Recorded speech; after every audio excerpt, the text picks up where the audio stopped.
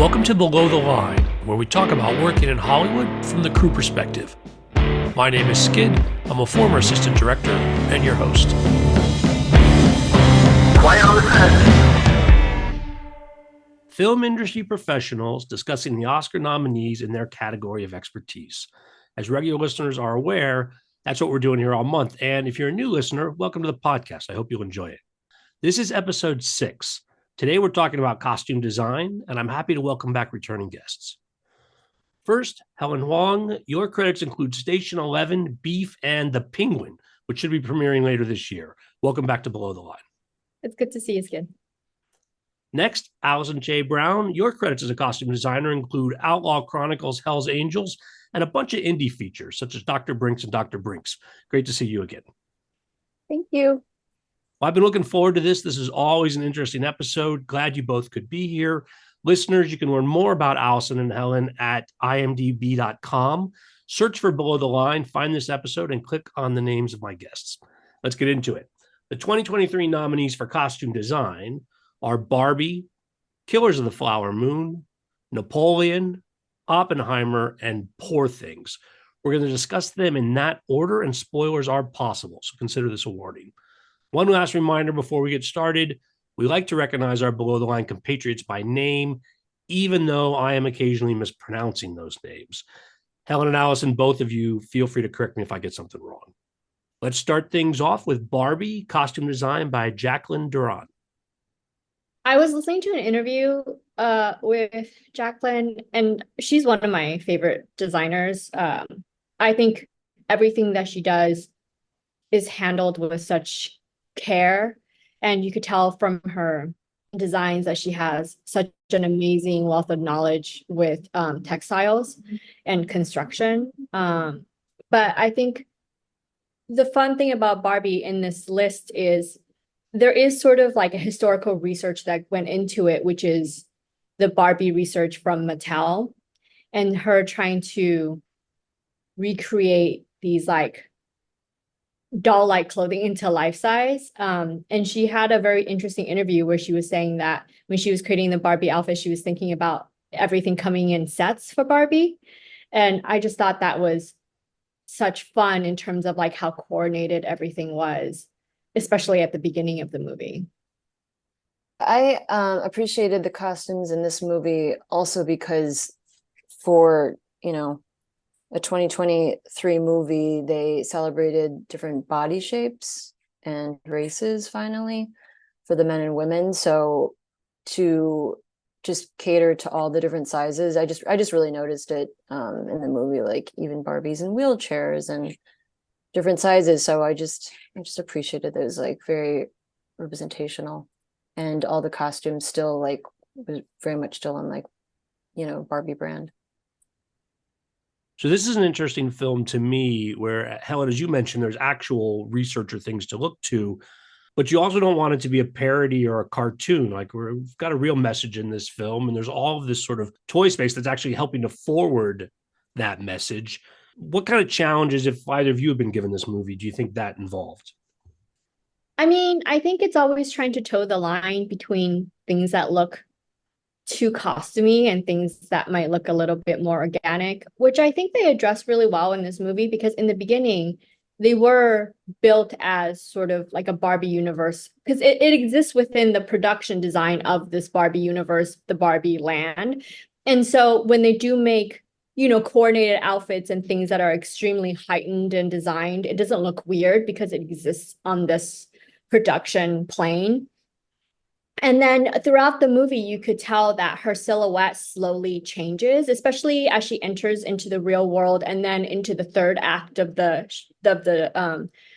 movie. Her silhouette became less sort of 50s feminine into just more streamlined and A-line sort of dresses. The patterns got simpler, even though they maintained a lot of the color. So I think they sort of shifted it very well as the story progressed. But again, that's something that we could talk about throughout this whole series, is like how costume design exists within production design and as well as cinematography, and then addressing sort of the director's intent, because even with research and, you know, all like it doesn't matter whether it's period or contemporary or sci-fi or, you know, fantasy, everything, you get a brief from the director before you enter into designing. And so I think, you know, in terms of like the tone of the movie, what Greta Gerwig was trying to do,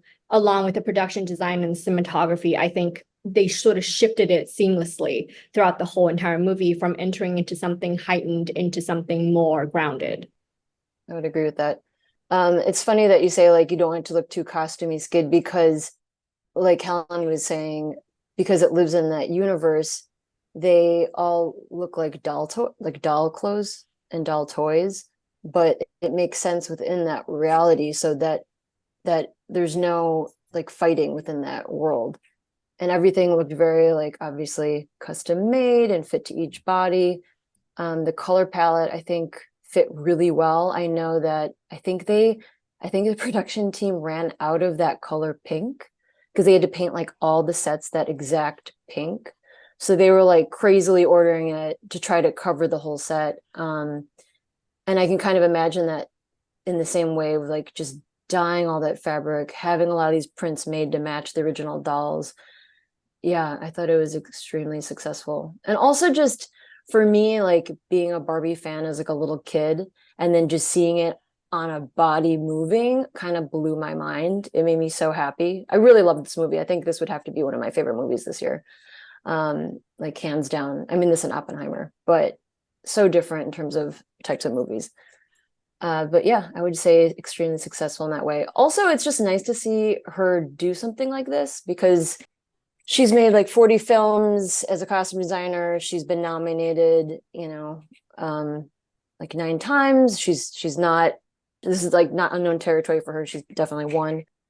But she usually kind of gets nominated for all those really like high period films like Atonement and Anna Karenina. So this was nice to see such like a comedy in her repertoire of costumes, and that she's still like on top and killing it, and it's great, and she can honestly do anything if she just researches everything about it, and she delivers. So I was really happy to see her do this movie.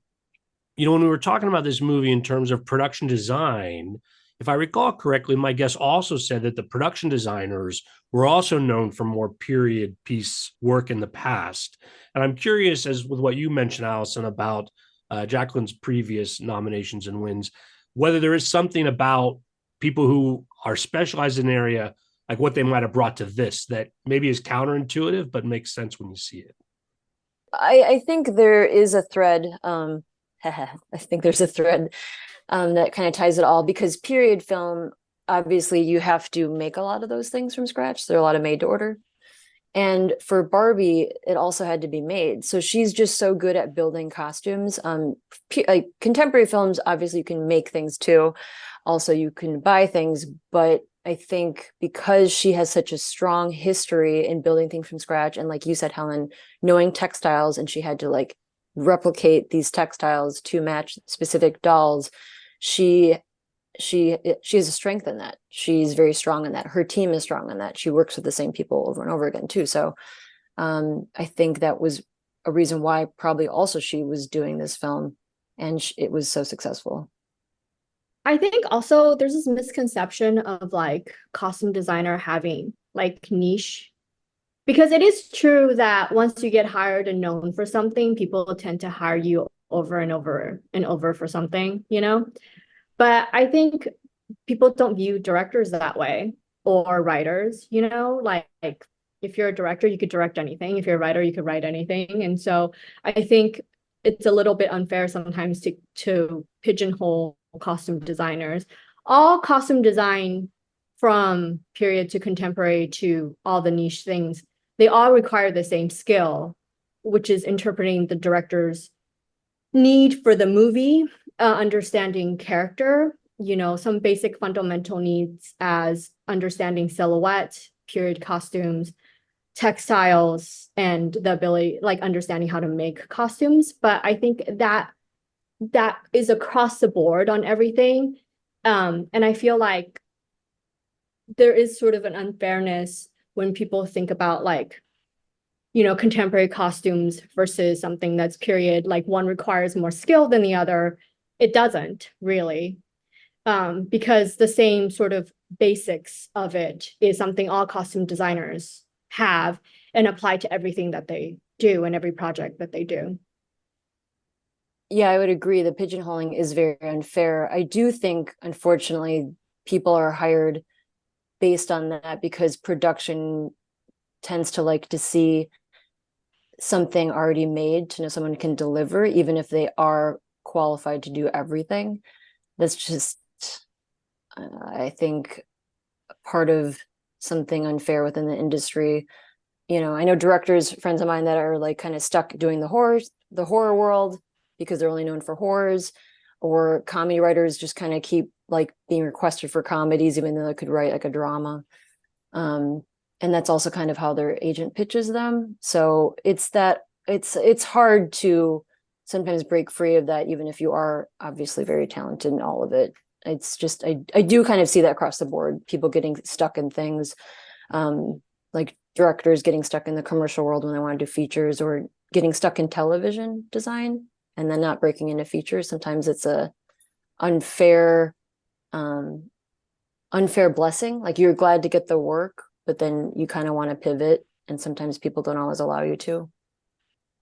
I think it's interesting about the pigeonholing as well, and also, yeah, that directors can sometimes have to meet certain expectations, and perhaps our next film, it's as an aside to our conversation, is an example of that. Because we're going to pivot to talk about Killers of the Flower Moon, costume design by Jacqueline West. I mean, I love this film. There's something, I mean, first of all, they had so much money to make it. And so there's a lot of sort of atmospheric things that, if you're just speaking about costumes, but it goes throughout the film that they got to do that you normally wouldn't get to do on a film, especially a period film with like a lesser budget.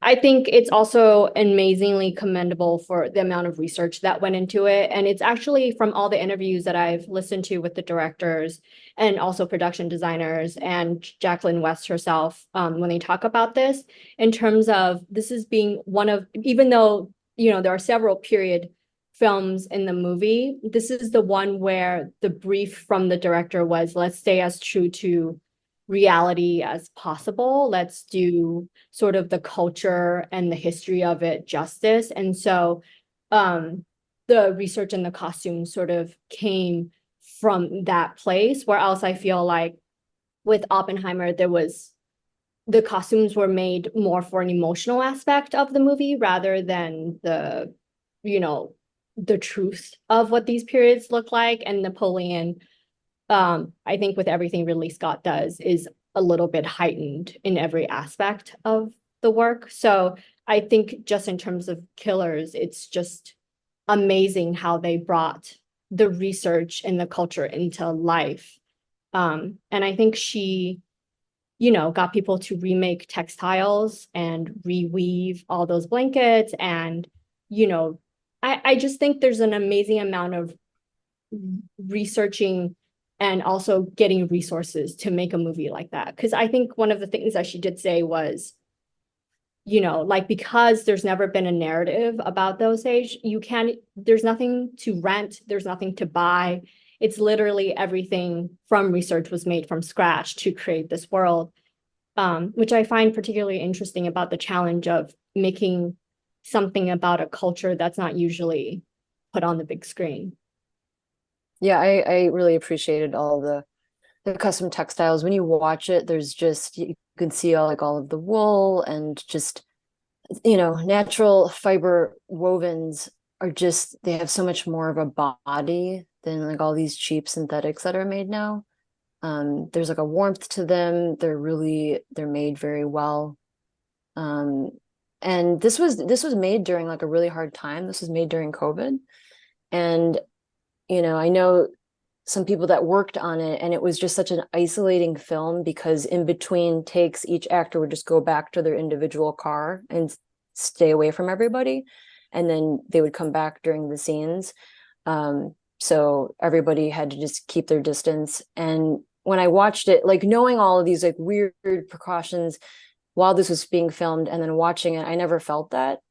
It just felt like everyone was always together and just breathing on each other, and just, it didn't have this like weird isolating feel, even though I know that was going on while they were making it. And with that, like even the fabrics and all the textiles, there was just so much care. And I know that the suit maker, I think he's like an Italian suit maker or something, and everything was just painstakingly made from scratch. Each fitting was just, every suit was like tailored to each person, and it was just really nice to watch, just like for my eyes. And it was like a history book, so that was nice. That was nice for it to come to life on screen. I think also her working with local artisans was a big deal that I think, sometimes it depends on the scale of the movie, whether you have the opportunity to do that in terms of like hiring local artisans to make it. I think that's also amazing in a way, because local artisans might not understand how a production schedule works, and for them to sort of coordinate all that is a feat in itself. I think this film is amazing because there's so many things that you've never seen before that's a big part of American history. And even like the blankets, she said there were like, because of their consultant that was on it, there's 8 ways to wear that blanket. The coats that they wear for their wedding, something that you've never seen before, has this amazing story of being granted by Thomas Jefferson for them, and they took this coat and made it into something celebratory versus a thing of history might, of like military might. And so I just think that I particularly like this film because it showed costume in a way that I've never seen before. And there's a psychological element to it and a cultural element to it that I've never seen before. And so, I mean, if I had to pick, that this would be my pick for best costumes. Now I'm reminded about something that I think you guys educated me about it on this show maybe a couple of years ago. But I think we were talking about a period movie. It might have been Cyrano, where they had period looks, but because of all the action involved, they couldn't use original materials. It had to look period, but be updated in a way that could accommodate the action that was involved. Now, this movie didn't have quite that level of action, but Helen, when you're talking about going back to original design, was there a modernization factor here that had to be accommodated as well? Or did this allow for a, if you will, pure representation of the original materials? I mean, for Cyrano, I know that they kept a lot of the silhouettes, but they used different fabrication for it. That was not true to the time period, which is why it had a particular quality about it. For this, I think because they had everything sort of like woven, and especially the weight of the textiles, woven and made to its original like form, I think it allows the actors to sort of more transport back into time and use those elements, those limitations, to sort of inform their actions instead of the other way around. I'm sure that if there were stunts and things in this movie that they did have to accommodate, but I think majority of the movie sounds like the form of it informed the actors, and so they worked within the limits of it versus the other way around. But I think that goes back to sort of the original brief from the director. If he wanted something where it was cheated or made to feel different for that time period, she would have designed something very different. But because the brief was to stay true to history, I think everyone participating sort of allowed the way something in historical context looks to inform the actions that they have. And I think, comparing that to Napoleon, I think it's also something where the silhouettes were very true to the time period. And so it did make actors stand and behave in a very different way than they would in contemporary costumes. I know that was really important too for the actors. Like Leonardo like demanded like those teeth. And they were like the same exact teeth of the person. So yeah, I think they were trying to handle it like in such a professional and respectful way that, yeah, I think I would agree with that. And Allison, you mentioned actually noticing the materials as well. So it came through not just from the costume design, but in the way it's affecting the entire story, to Helen's point as well. Yeah, absolutely. I mean, yeah, I come from a background of textile design, and I weave and I knit and I, you know, paint on looms and stuff. So as a weaver, I can really like respect it and appreciate it. Yeah. Like I said, it was just eye candy in that movie too. So yeah, they did a very good job. And when you've teased the next film on our list, that's Napoleon, costume design by Yanti Yates and Dave Crossman. Yeah. I mean, I saw it yesterday actually to prepare for this because I that was the only one I haven't seen. Um, and it's beautiful. I mean, the silhouettes that they try to accomplish, especially with the military uniform, how exact that is. It's like it's weird, Skid, because sometimes, when you watch, I think when people watch period films, they don't understand that a lot of period films are adjusted for the modern eye. So the silhouette and the textiles and stuff are changed for the modern eye for a character. But in this one, I think they really leaned into what that time period like looked like, and the construction of it in the silhouette was so special to me. I mean, I've watched this time period, there are many movies on it. I've never seen it represented as exact as that. It was any other year, I would say this movie would win. I mean, but I don't know if it'll win this year just because of the subject matter of the other films. And then just like the way they also did Killers, and in Killers had a lot of similarities because a lot of the braiding, a lot of the embroidery, those things don't exist anymore. They actually had to find embroiderers. I think she's in Afghanistan or something that could like do the type of embroidery that she needed to do. I mean, for me, that's like a costume designer's dream, of far reaching, of getting exactly what you want, of not cheating, in a way. So yeah, it was just brilliant. And the color palette, the way they constructed the coats, the women's costumes I felt were a little bit cheated to make it a little bit more sensual. But aside from that, it was just gorgeous.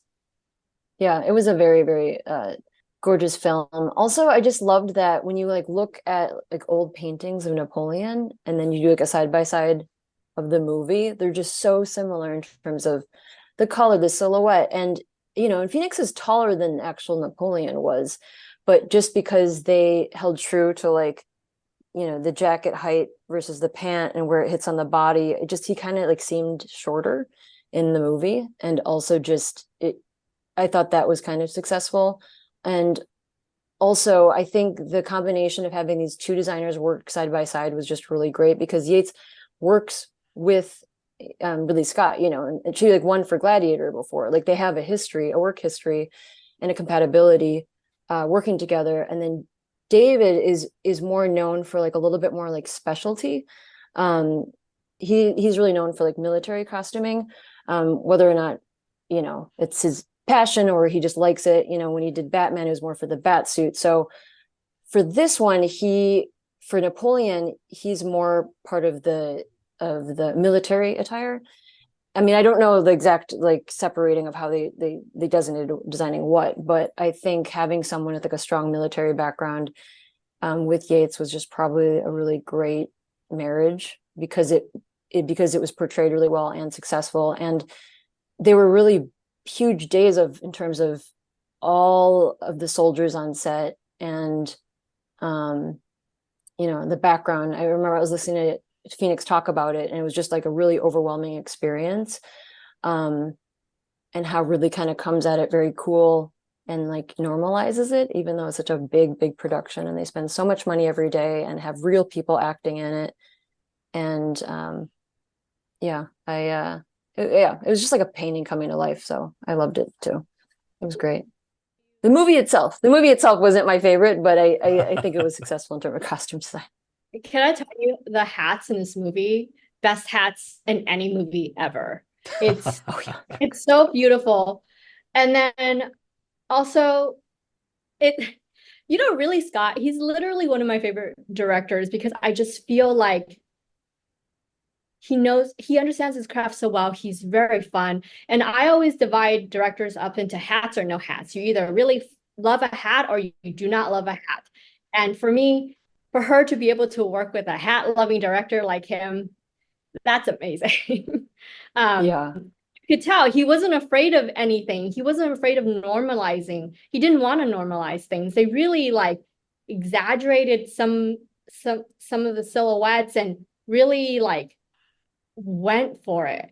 And I don't know. I just love that, like showing the audience what you could give them versus like, oh, being afraid of what the audience might think of your film. I think there's a lot of courage in both the filmmaking and then also in the costume design to be like, we will show you what this looks like. You can tell he also just appreciates his craftspeople. Yeah. He appreciates the process. He's old school like that. He respects everyone's time and energy and how it's made. And yeah, he's not like relying on a lot of CG like some other directors do. Not to say that's like a bad or good thing, but you can just tell in the difference of like how the movie is made. Yeah. And as like a maker too, I really appreciate someone that appreciates the time that things are made. The fourth film on our list is Oppenheimer, costume design by Ellen Mirojnick. I mean, Ellen Mirojnick is like amazing. All these people are amazing. Ellen Mirojnick is really amazing. Also, it's like everything she does looks amazing and terrific and so well crafted. I think I was listening to Ellen Mirojnick talk about period costume on this, and I think I was just really blown away by what they were talking about in the fact that this was Oppenheimer's perspective the whole movie, and so they really wanted it to feel on parallel with the emotional qualities of the film, and so they purposely tried to make things more organic and grounded and not so separated by, oh, this is the 30s, this is the 40s, that type of more sort of like honed in, exaggerated, compartmentalized period. And I think the detail that they went into to make Oppenheimer's suits into sort of like a more workwear element when he was in New Mexico, and the little sort of like new Southwest belt buckles that they use really made Oppenheimer. But also it's really hard, I think, to do period, and especially that time period, men's costumes, because men wear a lot of suits. There wasn't a lot of differentiation for that. And I always think that in a film like that, to really find the nuanced details of like period costume, like for example, suits of how a lapel looks, how the roll of a lapel looks, how many buttons are on the suit, if the suit is wool or if it's twill, really has like an unconscious emotional effect on the audience. But to do that, I feel like you have to have such a wealth of knowledge of how to tweak those little things to make the characters different. And so I think that's one of the parts of the film that I think was especially impressive. Also the tonal stuff in terms of making costumes match an emotional tone rather than the costume sort of existing as costumes. Yeah, I would agree with that. Men's suiting that's, I don't know. I mean, I feel like that's also like kind of like a beautiful, subtle specialty thing too. Also just heavily relying on, I mean, not heavily relying on, but I feel like it's so helpful when an actor isn't wearing the costume, when the actor and the costume isn't wearing the actor, you know what I mean? Like, I feel like Cillian Murphy really is comfortable with wearing those suits and he believes it. And I just wasn't distracted by anything. I also think the color palette for the suits during that time just really blended into all those, the sky and the ground, and it seemed like Earth itself, like they were just coming up from the ground with all the different browns and the sand colors and the blues of the sky. Once again, for me, and like the way they edited it in terms of the color, it just overall was a very successful film to watch. It also was one of my favorite ones. And I remember walking out of the theater and saying, that's a perfect movie. I also think it's one of his best movies that he's made. Skid, I mean, I feel like you would agree with that. Yeah, Allison, I agree with you. All the pieces came together in Oppenheimer in a way that I'll admit it is one of my favorite films of the year overall. Also, good hat. It's also going to demand it, isn't it? She said they went to 3 different hat makers, one in London, one in New York, and then one in Los Angeles to get the right consistency of the hat, that the hat was not a fedora, it was not a pork pie, it was not something that they really created specifically for Killian and then also for the character. Where the brim was bigger, the hat sort of height was smaller, and then it had to be in a fabric that Christopher Nolan could sort of like mold on set so he could shoot the actor, which I thought was kind of amazing. But again, another movie where they could go to 3 different hat makers, make 3 different hats, and for it to work. A lot of productions do not have that luxury, you know, and so you have to really appreciate the ones where they do give you the time and the prep to develop something so specific. And then it's so specific to a point where that the audience don't notice. I think that's the key. I think the other aspect of that you alluded to where, and I've heard this in other discussions as well, that the movie is Oppenheimer's perspective of his life and experience. Yeah. You're doing something different than is real, but then you also don't have the real to lean on. You need to know what you're trying to achieve beyond just representation in these cases. Yeah, which is why it's very important to like understand what the director is sort of looking for, because he's also telling that to his cinematographers and then also his production designers. And so the trifecta sort of really needs to work together in that case. And I think it was just so beautifully done. Well, I think that's a good segue into the 5th film on our list, Poor Things, costume design by Holly Waddington, where very clearly now we have a vision where production design, costume design are working together with what the director is trying to achieve. I think that's the thing about like audiences when they view those things is because like, you know, the previous movies, they kind of work seamlessly together. This movie was definitely about like heightened visuals as an element, a narrative component to the story, which you don't exactly get, which is also when you do get one, it's really, really fun. I think the one of the things that she mentioned that I thought was like, speaking of, you know, a project that had less money, this obviously has a lot less money. What they did with it was extraordinary.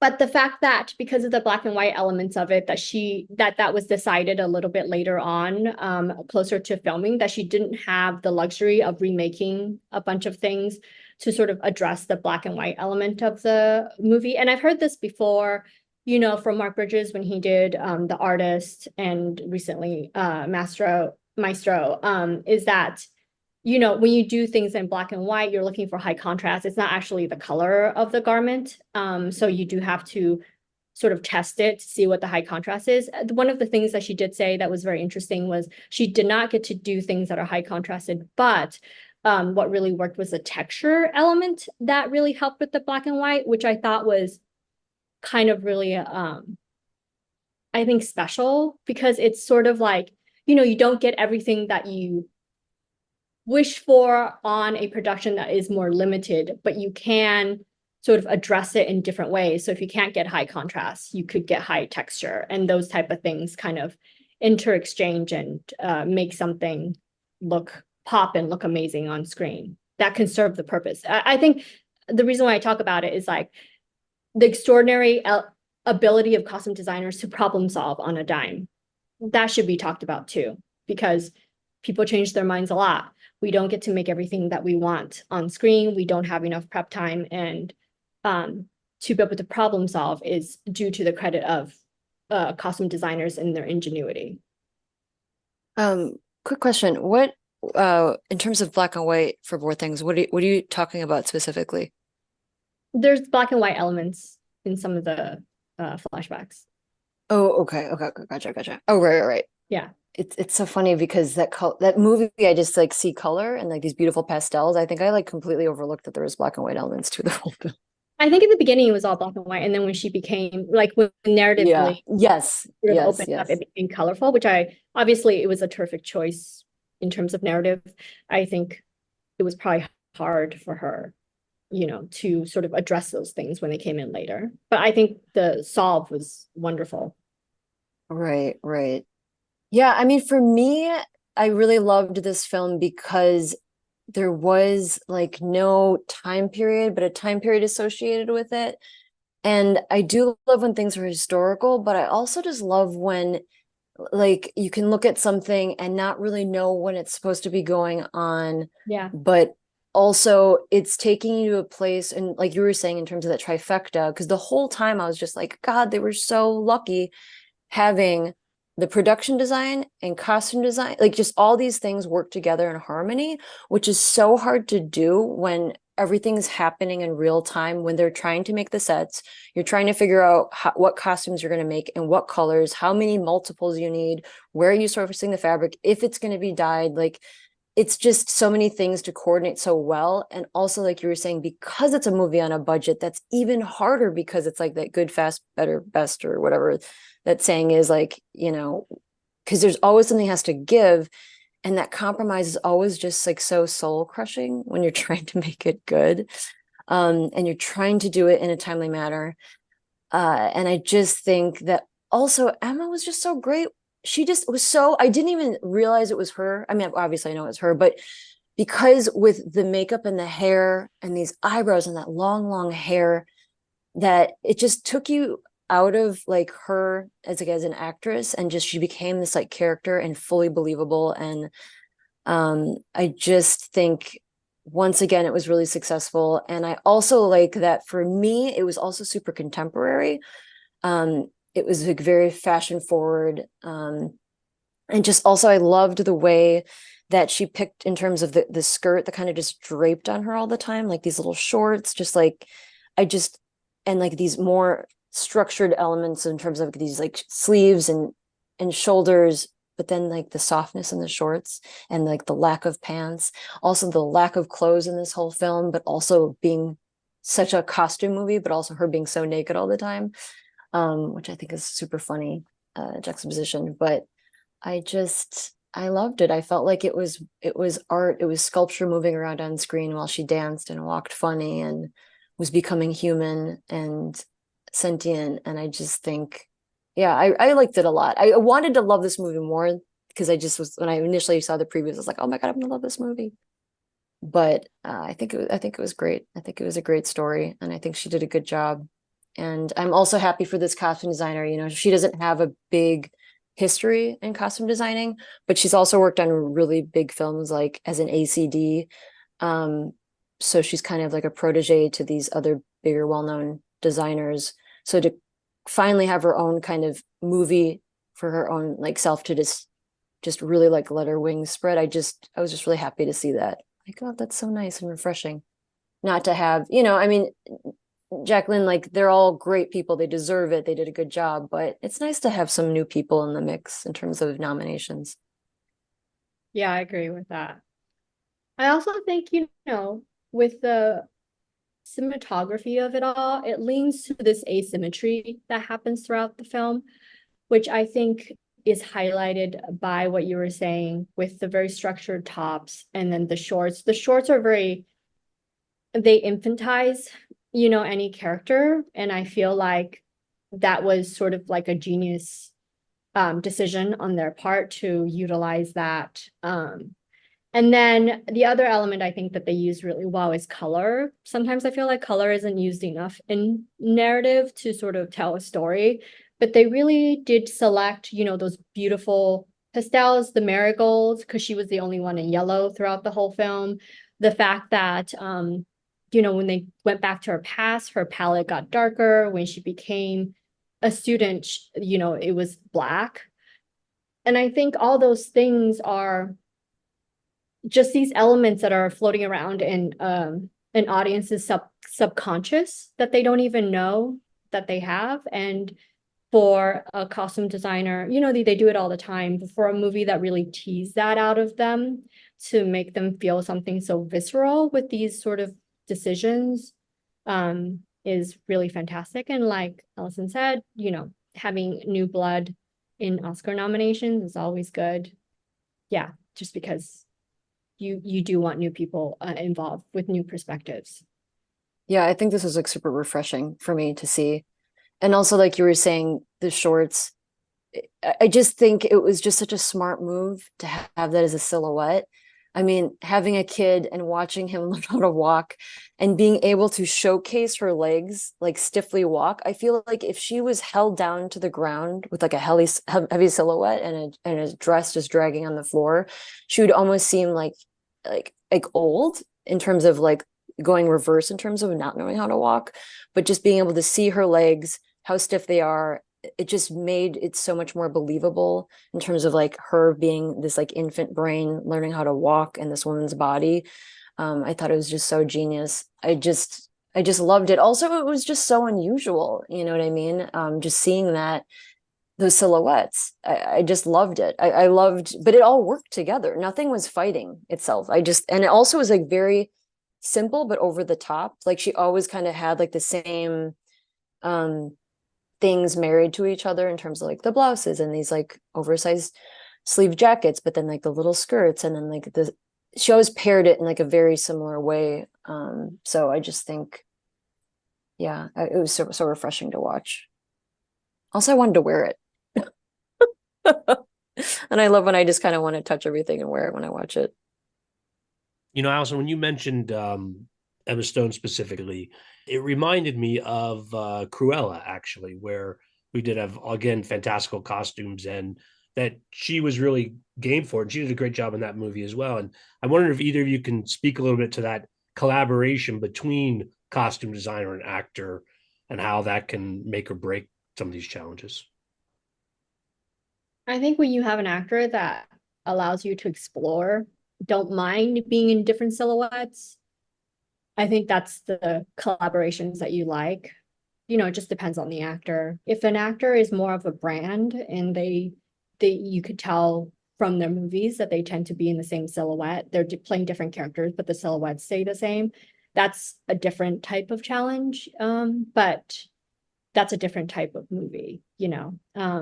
But to really design a character, I think the actor has to be really open. Also, it is sort of a myth that you can make an actor wear something that they don't want to wear, because unless you have a director that they feel is trumps sort of their power as an actor and how they move through production, you can never make an actor wear what they don't want to wear unless production kind of steps in or the director steps in and does that. And so I think that if you get a good collaboration, it's the funnest thing in the whole entire world. And those fittings are so fun and your world clicks open and they give you all these details of things that they think of that you would never think of because you're not doing that type of character work. And obviously you feel great when you put them in something and they feel their character, and you sort of you have that chemistry, and then the costume is the physical manifestation of that and it's on screen. But it really does depend on who the actor is, if it's a project where they want to be themselves or not themselves, and sort of how big the director is in a way. Yeah, and that collaboration with the actor, I like to welcome it, because in the fitting I want them to also believe wholeheartedly that they are now this person.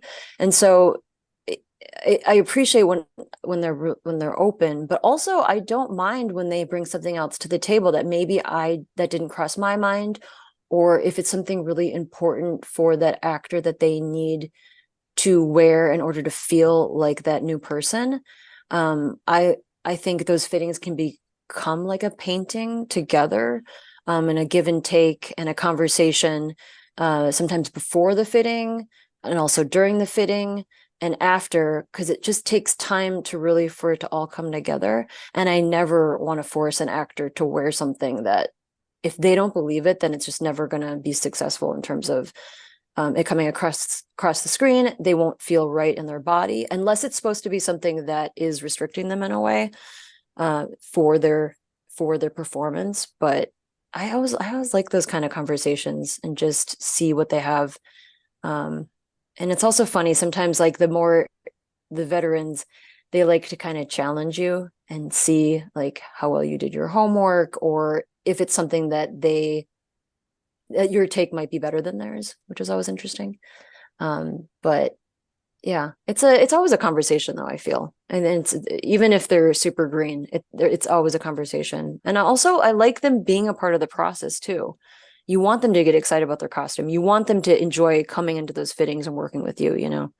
So it's a give and take. I mean, the whole thing is a collaboration. It's just like as they say, it takes a village. It really does. So, and also just the director, you want the director to trust you too. So then you have some legs in terms of just working and having your own vision, because that's why they hired you. They should trust you and your judgment too. Well, these are 5 great films this year in terms of costume design. I'm back and forth about which is my favorite just from the conversation. But I want to ask you both, as I do every year, are there other movies of 2023 that caught your eye in terms of costume design? Not that it has to knock somebody off this list, but other films that you think would be part of this conversation. I think Maestro, just because Mark Bridges did such an amazing job, but also he did his period costume was so organic.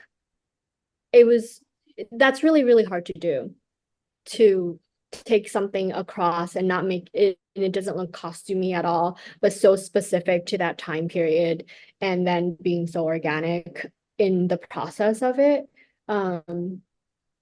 And he wasn't heavy-handed. He's never heavy-handed, but he definitely was not heavy-handed.